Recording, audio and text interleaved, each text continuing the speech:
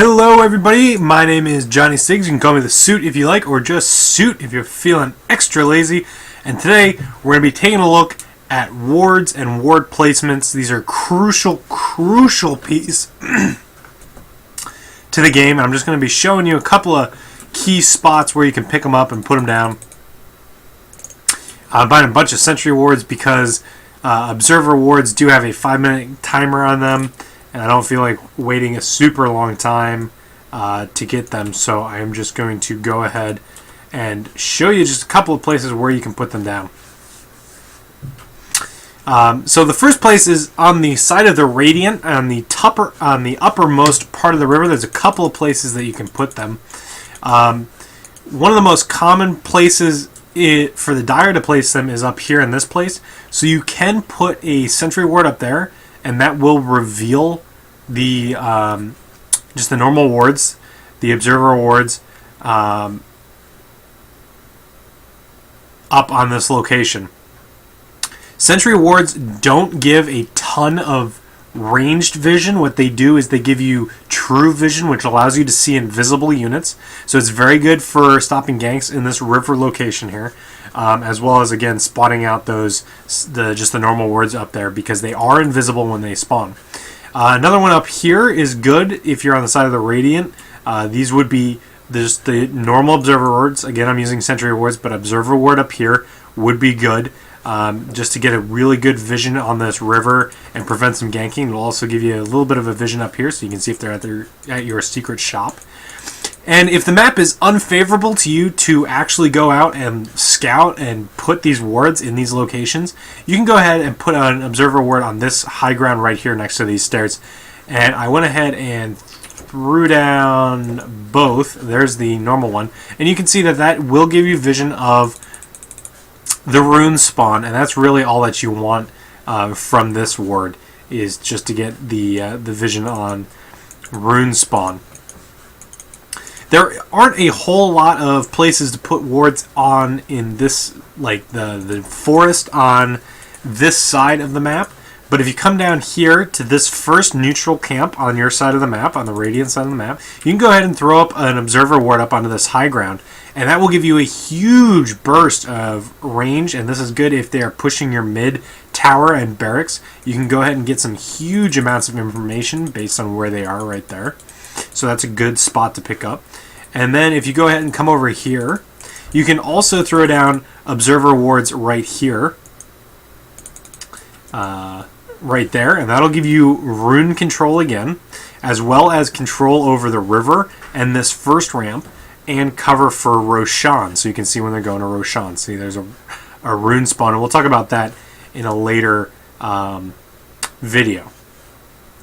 But again, down here in the actual forest, there is no place really to get high ground advantage with an observer ward, but you can put them in strategic places. For example, right here. This will give you vision to this top entrance, as well as the river entrance, this entrance, this entrance, and this entrance. So this is a very good spot to ward, as well as up in here. This will give you this entrance. It'll give you a little bit of vision on the river and just let you know what's going on over here.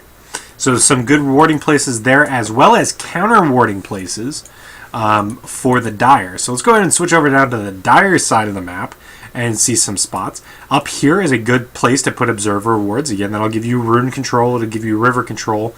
It'll let you see this ramp, and Roshan guard, as well as keeping an eye on any ganks that might be coming up from the river. Not a whole lot of places, again, to put into your woods on this side of the map. You might be able to put one off right here to get away with it, and that'll give you a little bit more visibility, any ganks that might be coming in. But really, not typical to see any wards on this side of the river, on this side of the forest. We go ahead and walk across now. Take tons of tower aggro. That's what we like to see. And again, we go to this first camp over here on this bottom spawn location, and putting a ward over here is very common for the Dire. This will give you vision and, again, give you rune control and prevent any ganks that might be coming to happen. Another location that we're just going to talk about briefly is right here. This will give you protection from, again, any river ganks. This is if top lane is really concerned about ganks, you can put a ward right here, and that'll protect you from most ganks coming up the river. And then the most common place, again, if you're getting huge amounts of pressure and you need to have vision, is up here on this cliff. Just like this cliff down here on the radiant side, it'll give you a large burst of vision. So it'll get, if you're getting pushed up to this tower or so, you can get the vision that you need still to protect against that. And again, these are good places if you are warding for the radiant. You can go ahead and put wards there and there and there, and that'll help out with just getting a feel for where the enemy is, which is invaluable. You can get ganks set up and everything. And the same goes for the Dire. If you can get into the enemy jungle and ward up, it's a great place to get ganks situated. So we're going to go ahead and head home. And we're just going to talk briefly about the costs of wards. They're both 200 gold, both for Observer and Sentry wards. So they're essentially 100 each. They last 6 minutes, and again, they give you that vision that is so crucial in the game. Who should be buying these? Really, anybody can buy wards if they feel a need to be warding. More often than not, you'll see support heroes buying wards, but really, if there's an invisible hero in your lane, go ahead and grab those sentry wards for true sight. If you just have a little bit of extra money sitting around and you're not really sure what to do, buy a pack of wards and go ward your forest, go ward the river. Keep eyes on these rune spawns. And we'll talk about runes in the next video, which will be part 6, but runes spawn in these two locations right here, in between this gully here and in between this gully here. So right off this ramp and right before this ramp, right where Vengeful Spirit just spawned, she's looking for a rune and she's going to pick it up. And then this rune down here where Kunkka is coming to. And we'll talk about those, like I said, in the next video. So for right now, the one thing I want you to take away from watching this video is that warding on high ground is always more advantageous to you, regardless of which side you're on. High ground will give you much more vision, comparatively. Again, you can see so much. And wards are incredibly, incredibly helpful to avoid situations like this. Wards in river can help save you from 3-man ganks like this. So definitely ward up.